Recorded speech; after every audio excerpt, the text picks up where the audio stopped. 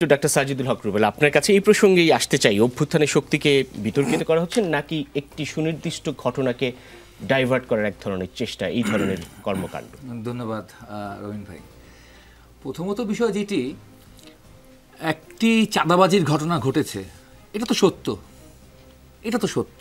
হ্যাঁ, আমি মিথ্যা বলতে পারি, man can tell a lie but situation can't. পরিস্থিতি তো মিথ্যা বলবে না।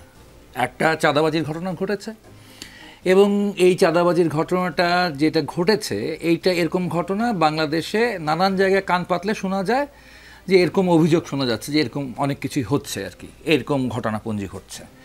তো সেই ঘটনার একজন ব্যক্তি, তিনি অনেকটা রাজসাক্ষীর মতো একটা ভিডিও প্রকাশিত হয়ে গেল।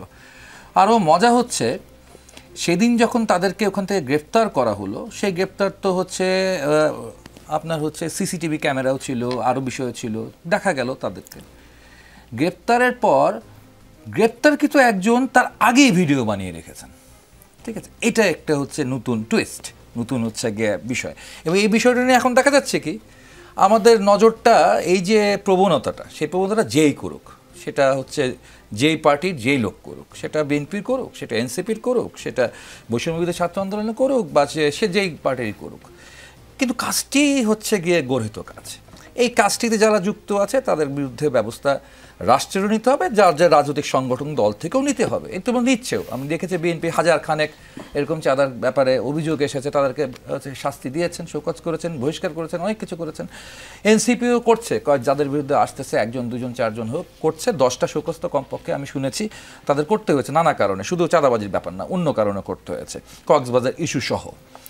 এখন যে বিষয়টি যে এই যে আমাদের রবি ভাই বললো ফ্যাকচুয়াল এবং অ্যাকচুয়াল।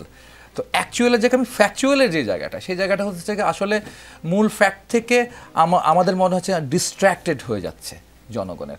এবং এরকম ঘটনাগুলো কিন্তু আমার মনে হয় এটা আসলে মূল ঘটনা না। এগুলো গিয়ে কোনো একটা জায়গায় সবার দৃষ্টিভঙ্গি এবং সারা দেশের মানুষের দৃষ্টিভঙ্গি একটি জায়গায় নিয়ে যাওয়ার জন্য, ডিস্ট্র্যাক্ট করে নিয়ে যাওয়ার জন্য একটা প্রক্রিয়া আমার মনে হচ্ছে।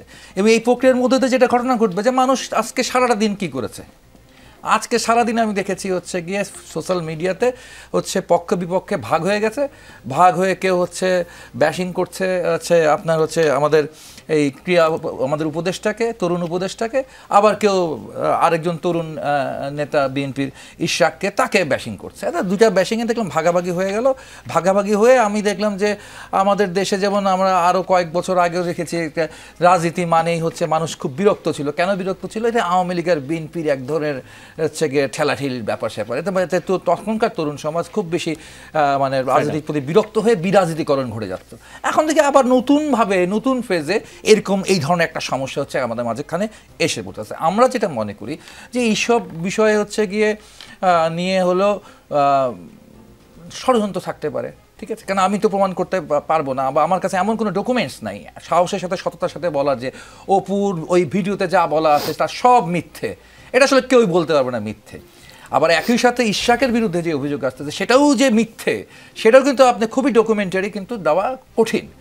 এটা এবং এই বিষয়গুলোকে নিয়ে আমরা টকশোতে সময় নষ্ট করবো, টকশোতে কথা বলবো, রাজনীতিতে কথা বলবো, আমার মনে হয় এটা রাজনীতির এজেন্ডা হতে পারে না। ঠিক আছে, এটা বাংলাদেশের রাজনীতির এজেন্ডা না। এটা খুব তুচ্ছ একটি বিষয়, এবং এই বিষয়গুলোকে আসলে এত ছোট বিষয়, কিন্তু এই ছোট বিষয় খোঁচাতে খোঁচাতে একটা ফোড়া থেকে যেমন ক্যান্সার হয়, তেমন একটা বিষয় তৈরি হতে পারে। কারণ আমরা বাংলাদেশের কমিউনিস্ট পার্টি সিপিবি মনে করি, যদিও প্রধান উপদেষ্টা ফেব্রুয়ারিতে নির্বাচনে কথা বলেছেন, তারপর আমরা মনে করি শঙ্কা কেটে যায় নাই, এরকম যে কোনো বিষয়কে নিয়ে একটা সংঘাতপূর্ণ পরিস্থিতি তৈরি হতে পারে।